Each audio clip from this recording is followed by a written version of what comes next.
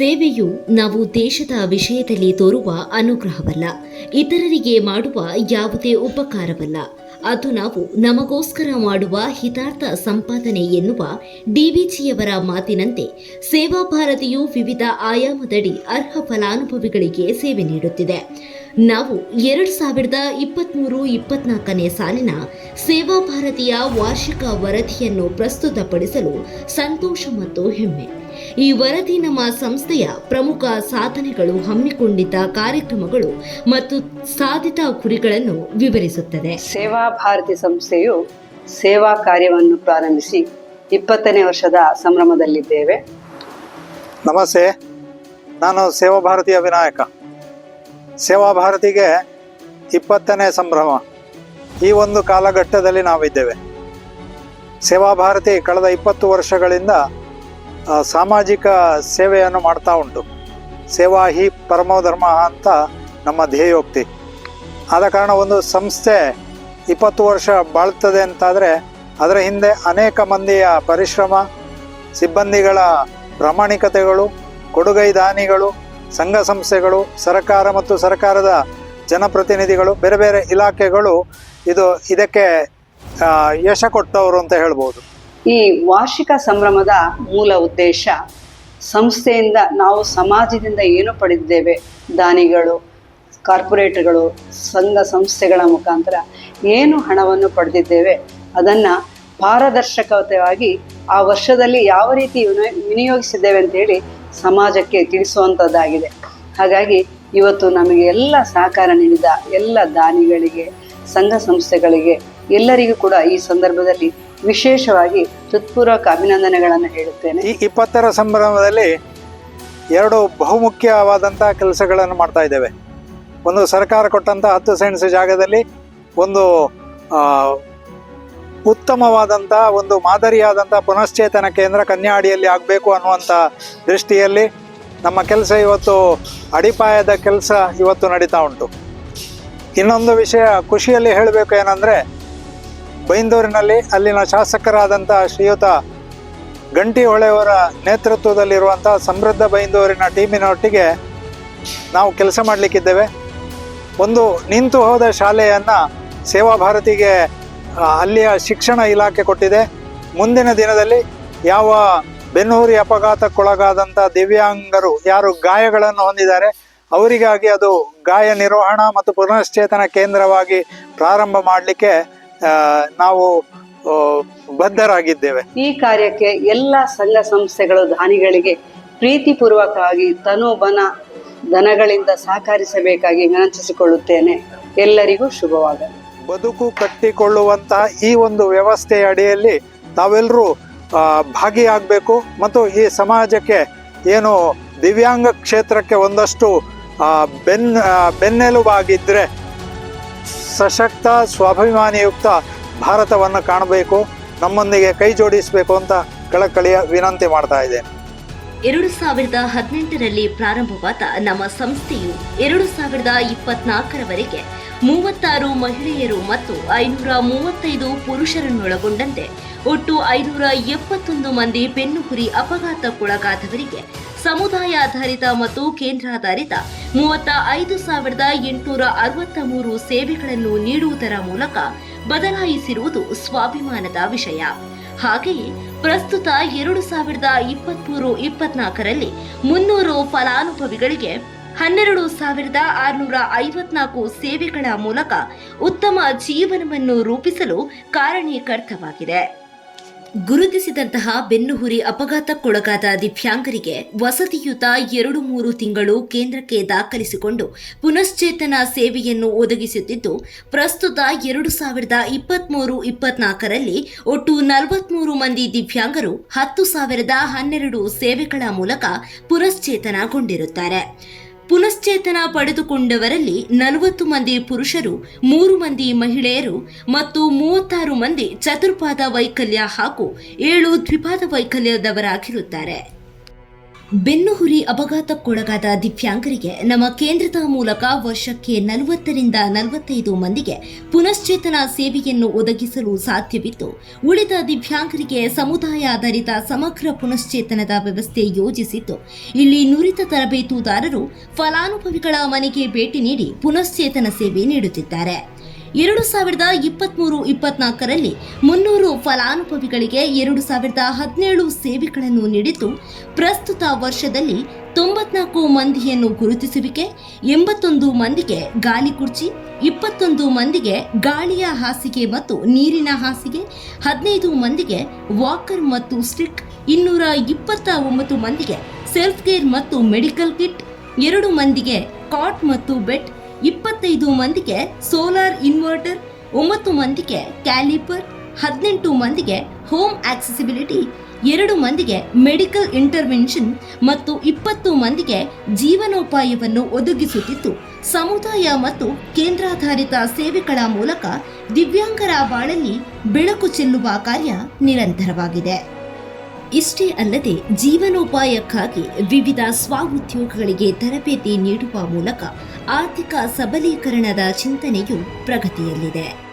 ಆರೋಗ್ಯವೇ ಭಾಗ್ಯ, ಆರೋಗ್ಯ ಎಲ್ಲರಿಗೂ ಸಿಗಬೇಕು ಎನ್ನುವ ದೃಷ್ಟಿಯಲ್ಲಿ ದಿವ್ಯಾಂಗರಿಗಾಗಿ ಸಮುದಾಯಾಧಾರಿತ ಶಿಬಿರವನ್ನು ಆಯೋಜಿಸಿ ಅವರಲ್ಲಿರುವ ಆರೋಗ್ಯ ಸಮಸ್ಯೆಗಳನ್ನು ಪತ್ತೆ ಹಚ್ಚಿ ಸೂಕ್ತ ಸಲಹೆ ಸೂಚನೆಗಳೊಂದಿಗೆ ಆರೋಗ್ಯದ ಚೇತರಿಕೆಯ ಬಗ್ಗೆ ಕಾಳಜಿ ವಹಿಸಲಾಗಿದೆ.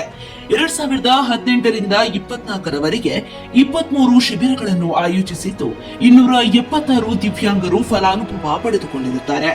ಪ್ರಸ್ತುತ 2023-24ರಲ್ಲಿ ಒಟ್ಟು 4 ಶಿಬಿರಗಳು 44 ಫಲಾನುಭವಿಗಳೊಂದಿಗೆ ಯಶಸ್ವಿಯಾಗಿದೆ. 20ನೇ ಶಿಬಿರವನ್ನು ದಿನಾಂಕ 27 ಮತ್ತು 28ನೇ ಜೂನ್ 2023ರಂದು ತರೀಕೆರೆ ಸರ್ಕಾರಿ ಆಸ್ಪತ್ರೆಯಲ್ಲಿ ನಡೆಸಿದ್ದು 7 ಮಂದಿ ಫಲಾನುಭವಿಗಳು ಭಾಗವಹಿಸಿದ್ದಾರೆ. 21ನೇ ಶಿಬಿರವನ್ನು 22 ಮತ್ತು 23ನೇ ನವೆಂಬರ್ 2023ರಂದು ಕೆನರಾ ಹೆಲ್ತ್ ಕೇರ್ ಸೆಂಟರ್ ಕುಮಟಾದಲ್ಲಿ ನಡೆಸಿದ್ದು 10 ಮಂದಿ ಫಲಾನುಭವಿಗಳು ಭಾಗವಹಿಸಿದ್ದಾರೆ. 22ನೇ ಶಿಬಿರವನ್ನು ಶಿರಸಿ ಸ್ಕ್ಯಾನ್ ಸೆಂಟರ್ ಶಿರಸಿಯಲ್ಲಿ 11, 12 ಮತ್ತು 13 ಜನವರಿ 2024ರಂದು 12 ಮಂದಿ ಫಲಾನುಭವಿಗಳೊಂದಿಗೆ ನಡೆಸಲಾಯಿತು.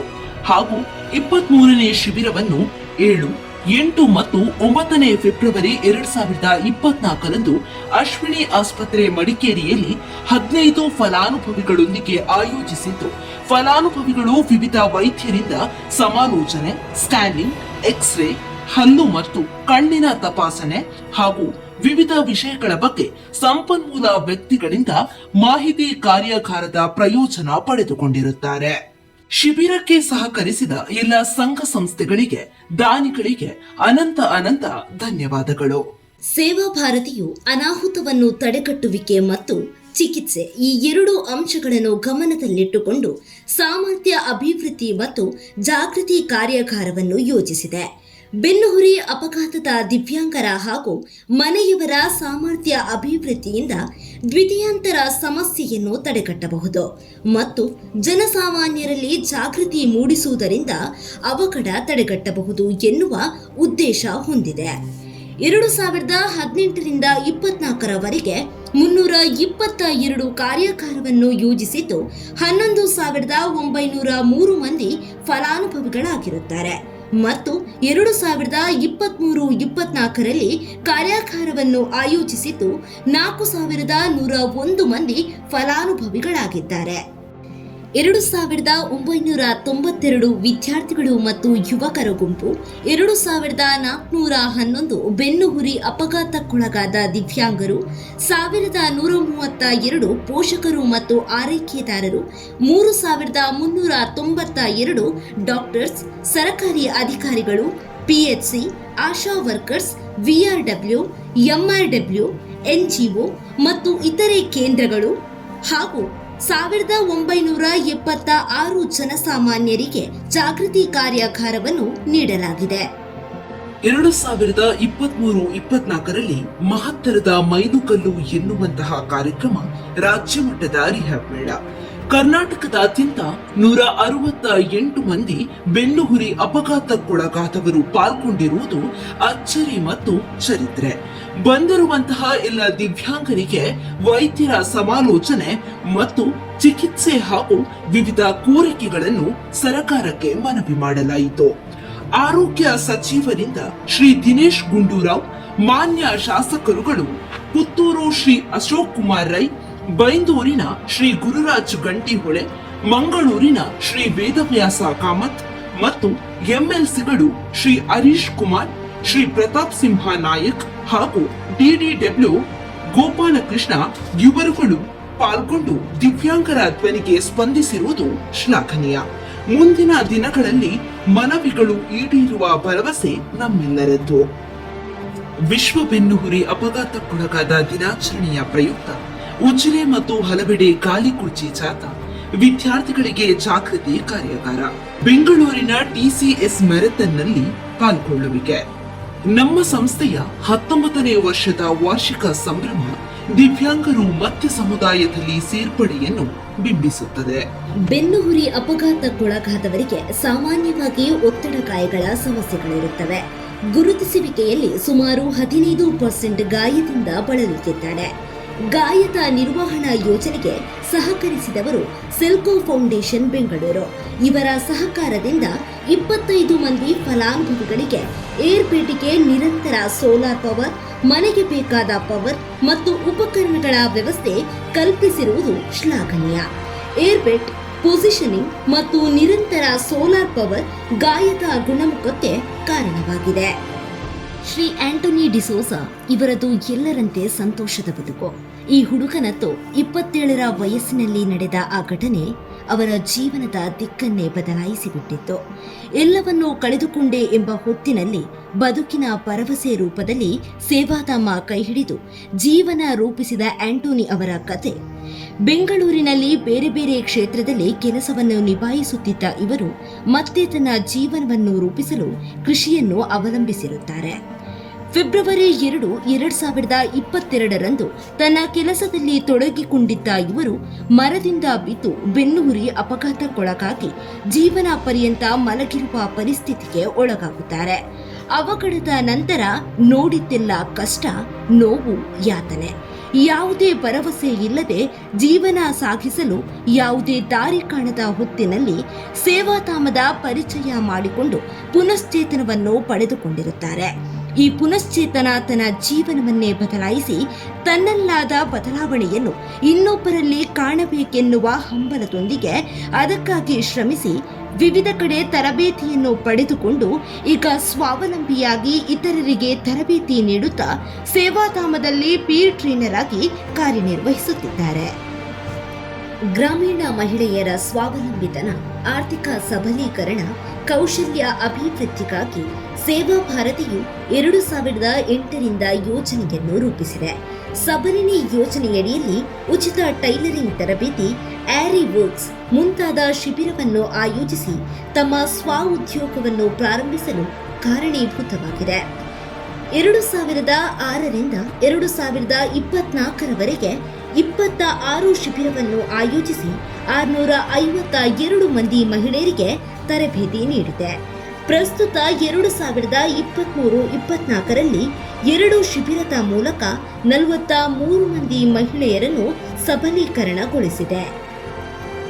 ಶ್ರೀಮತಿ ರಶ್ಮಿ ಕೇಶವ ತೊಂಡೋಳೆ ಧರ್ಮಸ್ಥಳ ಗ್ರಾಮದ ನಿವಾಸಿಯಾಗಿದ್ದು, ತಾನು ಆರ್ಥಿಕವಾಗಿ ಸ್ವಾವಲಂಬಿಯಾಗಿ ಜೀವನ ನಡೆಸಬೇಕೆನ್ನುವ ಹಂಬಲದಿಂದ 2015ರಲ್ಲಿ ಸೇವಾ ಭಾರತಿಯ ನೇತೃತ್ವದಲ್ಲಿ ಸೇವಾನಿಕೇತನ ಕನ್ಯಾಡಿಯಲ್ಲಿ ನಡೆದ ಉಚಿತ ಟೈಲರಿಂಗ್ ತರಬೇತಿ ಶಿಬಿರದಲ್ಲಿ ಭಾಗವಹಿಸಿ ಯಶಸ್ವಿಯಾಗಿ ತರಬೇತಿ ಪೂರ್ಣಗೊಳಿಸಿ ಟೈಲರಿಂಗ್ ವೃತ್ತಿ ಪ್ರಾರಂಭಿಸಿದರು.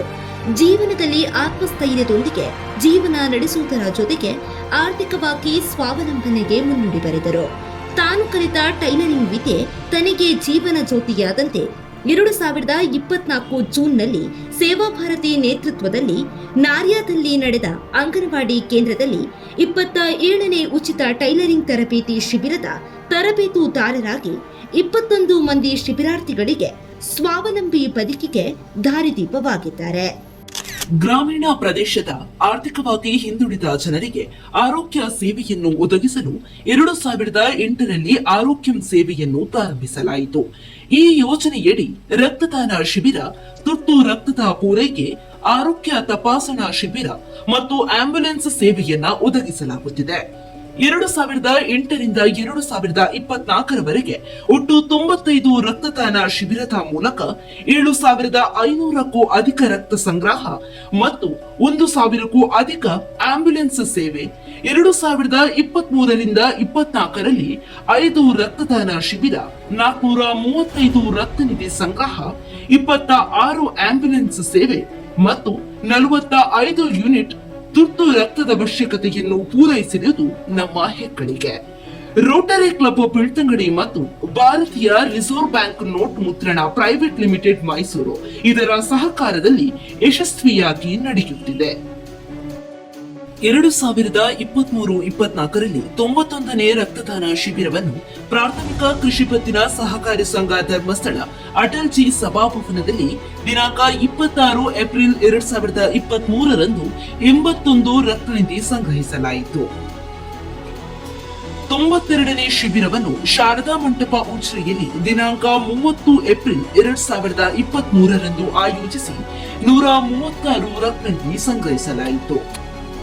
93ನೇ ಶಿಬಿರವನ್ನು ಶ್ರೀರಾಮ ಸೇವಾ ಮಂದಿರ ಕುಕ್ಕಡದಲ್ಲಿ 28ನೇ ಮೇ 2023ರಲ್ಲಿ ಆಯೋಜಿಸಿ 45 ರತ್ನನಿಧಿ ಸಂಗ್ರಹ ಮಾಡಲಾಯಿತು. 94ನೇ ಶಿಬಿರವನ್ನು ಸೇವಾಧಾಮ ರಿಹ್ಯಾಬಿಲಿಟೇಷನ್ ಸೆಂಟರ್ ಸೌತಡ್ಕದಲ್ಲಿ ವಿಶ್ವ ಬೆನ್ನುಹುರಿ ಅಪಘಾತ ದಿನಾಚರಣೆಯ ಪ್ರಯುಕ್ತ ಡಿಸೆಂಬರ್ 3, 2023ರಂದು ಆಯೋಜಿಸಿ ಒಟ್ಟು 81 ರಕ್ತನಿಧಿ ಸಂಗ್ರಹ ಮಾಡಲಾಯಿತು. 95ನೇ ಶಿಬಿರವನ್ನು ಶಾರದಾ ಮಂಟಪ ಉಜಿರೆಯಲ್ಲಿ 26 ಫೆಬ್ರವರಿ 2024ರಂದು 92 ರಕ್ತನಿಧಿ ಸಂಗ್ರಹಿಸುವ ಮೂಲಕ ಒಟ್ಟು 5 ಶಿಬಿರ ಯಶಸ್ವಿಯಾಯಿತು. ಶಿಕ್ಷಣ ಕ್ಷೇತ್ರಕ್ಕೆ ಬೆಂಬಲಿಸುವ ಸಲುವಾಗಿ ಸರ್ಕಾರಿ ಪ್ರಾಥಮಿಕ ಶಾಲಾ ಮಕ್ಕಳಿಗೆ ರಾಮನಗರ ನವಚೇತನ ಚಾರಿಟೇಬಲ್ ಟ್ರಸ್ಟ್ ಫಾರ್ ಡಿಸೇಬಲ್ಸ್ ಮೂಲಕ 13 ಶಾಲೆಗಳಿಗೆ 1900 ವಿದ್ಯಾರ್ಥಿಗಳಿಗೆ ಪುಸ್ತಕ, ಬ್ಯಾಗ್ ಮತ್ತು ತಟ್ಟೆಗಳನ್ನು ವಿತರಿಸಲಾಗಿದೆ. ಈ ಎಲ್ಲ ಸೇವೆಗಳ ಯೋಜನೆ ಮತ್ತು ಸೇವೆಗಳು ಅರ್ಹ ಫಲಾನುಭವಿಗಳಿಗೆ ತಲುಪುವಂತೆ ಶಕ್ತಿ ಮೀರಿ ಪ್ರಯತ್ನಿಸುತ್ತಿರುವವರು ವಿಶ್ವಸ್ತ ಮಂಡಳಿ. ಪ್ರಸ್ತುತ 2023-24ರಲ್ಲಿ ಶ್ರೀ ಕೆ ವಿನಾಯಕರಾವ್ ಸಂಸ್ಥಾಪಕರು ಸೇವಾಧಾಮ ಖಜಾಂಚಿ ಸೇವಾ ಭಾರತಿಯ ನೇತೃತ್ವದಲ್ಲಿ ಪ್ರಸ್ತುತ ಶ್ರೀಮತಿ ಸ್ವರ್ಣಗೌರಿಯವರ ಅಧ್ಯಕ್ಷತೆಯಲ್ಲಿ ಶ್ರೀ ಬಾಲಕೃಷ್ಣ ಅವರ ಕಾರ್ಯದರ್ಶಿ, ಶ್ರೀ ಗಿರೀಶ್ ರಾವ್ ಕೆಯು ಉಪಾಧ್ಯಕ್ಷರಾಗಿ, ಶ್ರೀ ವಿಷ್ಣು ಪ್ರಸಾದ್ ತೆಂಕಿಲ್ಲಾಯ ಮತ್ತು ಶ್ರೀ ಕೃಷ್ಣಪ್ಪ ಗುಡಿಗಾರ್ ಟ್ರಸ್ಟಿಗಳಾಗಿ, ಶ್ರೀ ಕೆ ಪುರಂದರ್ ರಾವ್ ಸೇವಾಧಾಮ ಸಂಚಾಲಕರಾಗಿ ಸಂಸ್ಥೆಯ ಏಳಿಗೆಗೆ ಶ್ರಮಿಸುತ್ತಿದ್ದಾರೆ. ಇದರೊಂದಿಗೆ ಸೇವಾ ಯೋಜನೆಗಳು ಕಾರ್ಯಾನುಷ್ಠಾನವಾಗುವಲ್ಲಿ ಸಲಹಾ ಸಮಿತಿ ಸದಸ್ಯರು, ಆರೋಗ್ಯ ವಿಭಾಗದ ಪ್ರಮುಖರು, ಸಬಲಿನಿ ಯೋಜನೆಯ ಪ್ರಮುಖರು, ಸ್ವಯಂ ಸೇವಕರು ಮತ್ತು ಸಿಬ್ಬಂದಿಗಳ ಸಮರ್ಪಿತರಾಗಿ ಕಾರ್ಯನಿರ್ವಹಿಸುತ್ತಿದ್ದಾರೆ. ಬೆಳ್ತಂಗಡಿ ತಾಲೂಕಿನಾದ್ಯಂತ ಸಬಲಿನಿ ಮತ್ತು ಆರೋಗ್ಯಂ ಯೋಜನೆಯಡಿ ಸೇವೆಯನ್ನು ಒದಗಿಸುತ್ತಿದ್ದು, ಬೆನ್ನುಹುರಿ ಅಪಘಾತಕ್ಕೊಳಗಾದ ದಿವ್ಯಾಂಗರಿಗೆ ಪುನಶ್ಚೇತನ ಸೇವೆಯನ್ನು ನೀಡುತ್ತಾ ಒಟ್ಟು 6 ಜಿಲ್ಲೆಯ ವ್ಯಾಪ್ತಿಯನ್ನು ಒಳಗೊಂಡಿದ್ದೇವೆ. ದಕ್ಷಿಣ ಕನ್ನಡ, ಮಡಿಕೇರಿ, ಹಾಸನ, ಚಿಕ್ಕಮಗಳೂರು,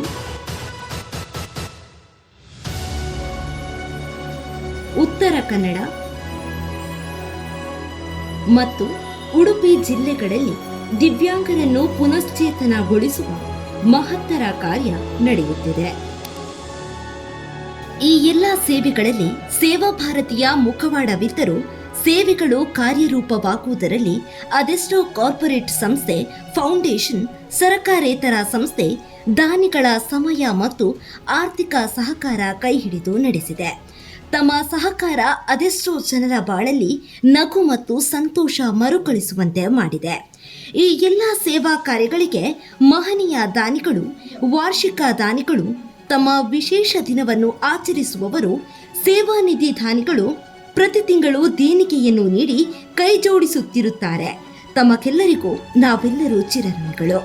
ಈ ಪಟ್ಟಿಯಲ್ಲಿ 3,000ಕ್ಕೂ ಅಧಿಕ ದೇಣಿಗೆ ನೀಡಿದವರನ್ನು ಗುರುತಿಸಿದ್ದು, ಸಂಸ್ಥೆಗೆ ದಾನ ನೀಡಿದ ಎಲ್ಲ ದಾನಿಗಳಿಗೂ ನಾವು ಆಭಾರಿಯಾಗಿದ್ದೇವೆ.